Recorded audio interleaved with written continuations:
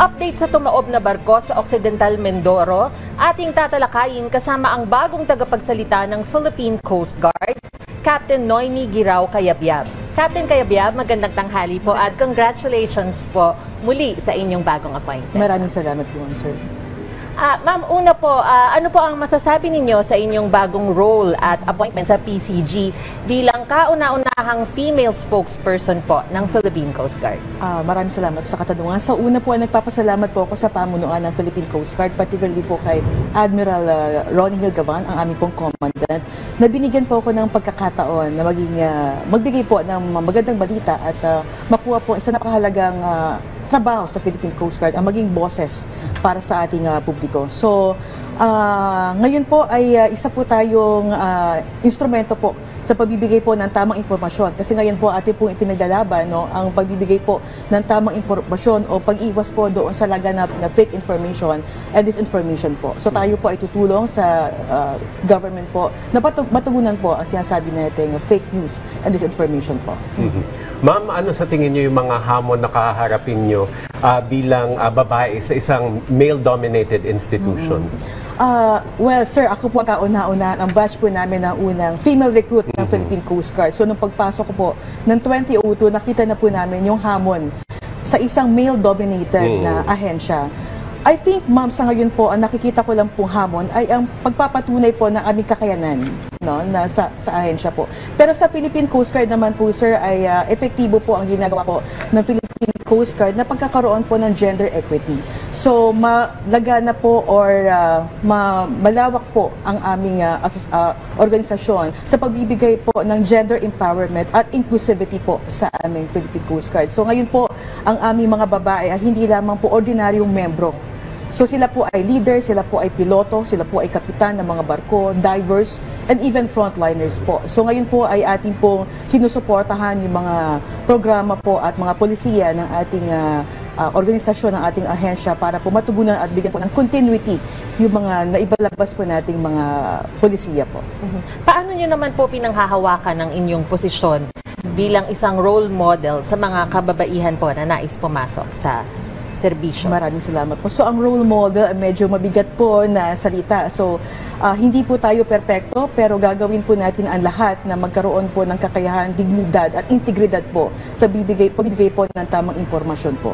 So, naway ang aking posisyon ngayon ay magsilbing inspirasyon po sa ating mga kabataan, lalo na sa ating mga kababaihan, na meron palang maidudulot na maibigay natin yung boses natin, makapagbigay po ng tamang impormasyon at balita po.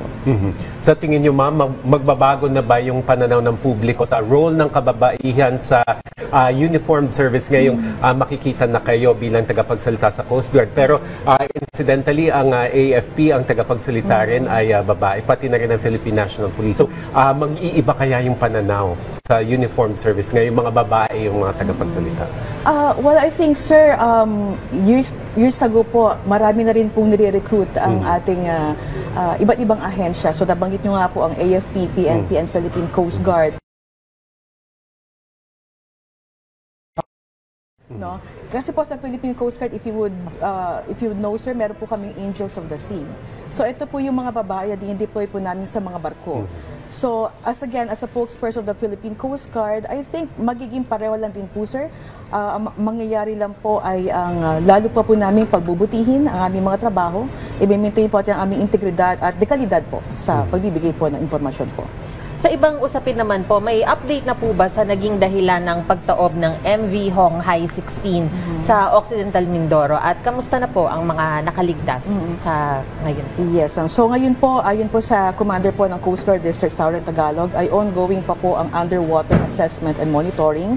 So ngayon po ay siyam pa rin po ang naitala po natin na casualty. Dalawa pa rin po ang reported po na missing. Ongoing pa rin din po ang ginagawa pong investigasyon ng ating Maritime Casualty Investigation. At sa huli pong report na natanggap ko po kaninang umaga ay na-infohan na po o na-abisuhan na rin po ang may-ari po ng barko at nakikipagtulungan na rin naman po sila sa nakuha po nilang Salvor company po. Ilan po uli, ma'am, yung missing pa at kamusta yung paghanap sa kanila? So, dalawa pa rin po ang naitala po natin. Again po, yung identification po ay hindi pa rin po namin mailabas ngayon dahil kami po ay nag-iintay pa rin po sa pag-determine po ng next of kin po ng ating mga naitalang missing and casualties po. Ma'am, nabanggit niyo po yung nga pong nakipag-ugnayan na yung may-ari po ng tumaob na barko. May update pa po ba doon bukod sa pakikipag-ugnayan So, po nila? ngayon po ma'am, I believe nag-aantay na lang po kami ng salvage plan and other documents po para mabigyan po ng kaulang permit po para makapag-proceed na po sila sa kanilang operasyon.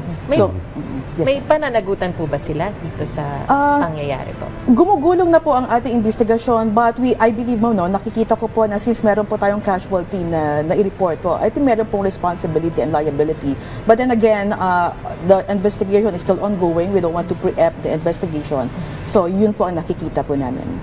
Doon naman po sa environment po, sa surrounding area po, meron po ba tayong nakitang oil spill or cause for concern in terms of environmental damage?